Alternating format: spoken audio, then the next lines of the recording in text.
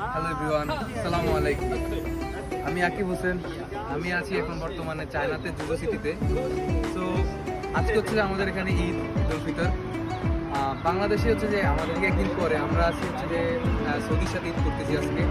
And আজকে এখন এই যে আমরা রেডি হচ্ছে, আমার রুমমেটরা সাথে আমার বাংলাদেশি কিছু ফ্রেন্ড আছে, ইয়ামেনের ফ্রেন্ড আছে, তাদের সাথে আসছে আমরা ঈদ করতে। যে আমাদের ট্যাক্সিও চলে আসছে, আমরা এখন ট্যাক্সিতে করে যাবো আমাদের ঈদের নামাজ পড়তে।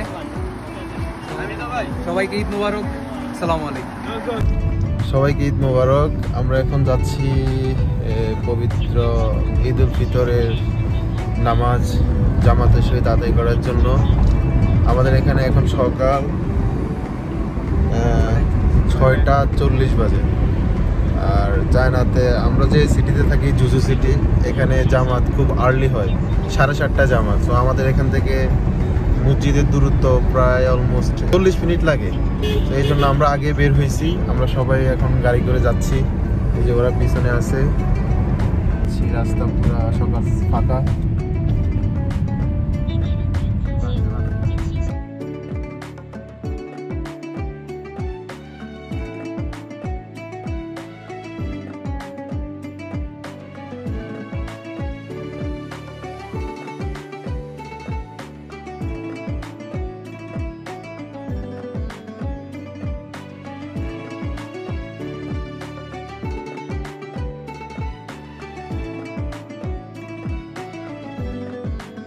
আসসালামু আলাইকুম।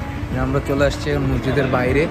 এই হচ্ছে যে মসজিদ হচ্ছে যে চারতলায় হচ্ছে যে মসজিদ। এখন আমরা ভিতরে যাচ্ছি, সবাই চলে আসছি, ভিতরে যাইতেছি মসজিদের। সাথেই থাকুন, দেখতে থাকুন।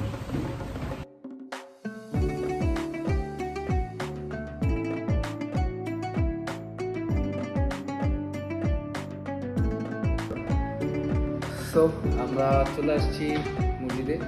তো আসার পরে এখন জানতে পারলাম, সময় থেকে দেখলাম যে এখনও আমাদের নামাজ পড়ার জন্য এখনও আধা ঘন্টা সময় বাকি আছে।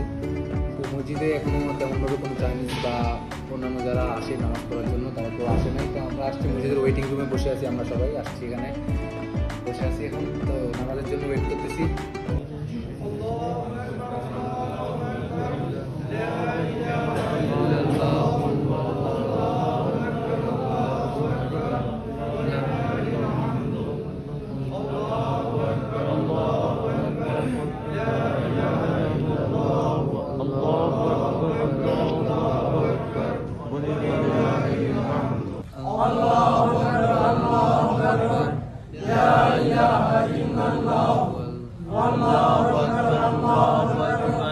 আলহামদুলিল্লাহ, ঈদের নামাজ শেষ করলাম। ঈদের নামাজ শেষ করে এখন আবার ইউনিভার্সিটির দিকে রওনা দিচ্ছি। আমরা আমার রুমমেটদের সাথে আমরা আবার ইউনিভার্সিটির দিকে রওনা দিচ্ছি। এখন সামনে যাব, সামনে যায় বাস স্ট্যান্ড থেকে বাসে উঠবো, বাস থেকে তারপর হচ্ছে যে তারপরে আমার আবার ট্যাক্সি নিব। তো তখন হচ্ছে যে আমরা যাচ্ছিলাম আমাদের ক্যাম্পাসে ফিরে যাওয়ার জন্য। তো ভাবছি যে রুমে যাব, সারা রাত ঘুমাই নাই, খাওয়া দাওয়া করে যাই সিটি থেকে। তো খাওয়া দাওয়া করার জন্য আমরা ট্রেন স্টেশন থেকে একটু সামনেই মুসলিম রেস্টুরেন্ট থাকে, ওখানে দিকে যাচ্ছিলাম। তো যাওয়ার পথে আমাদের যেই মসজিদে নামাজ পড়েছি, মসজিদের ইমামের সাথে দেখা। ওনাদের হচ্ছে যে একটা পার্টি ছিল আজকে, ওনাদের ওখানে ইনভাইট করলো। তো ওখানে গেলাম, খাওয়া দাওয়া করলাম। ইনশাল্লাহ খুব ভালো খাওয়া দাওয়া হয়েছে, খুব ভালো আয়োজন হয়েছে। ধন্যবাদ ইমাম সাহেবকে।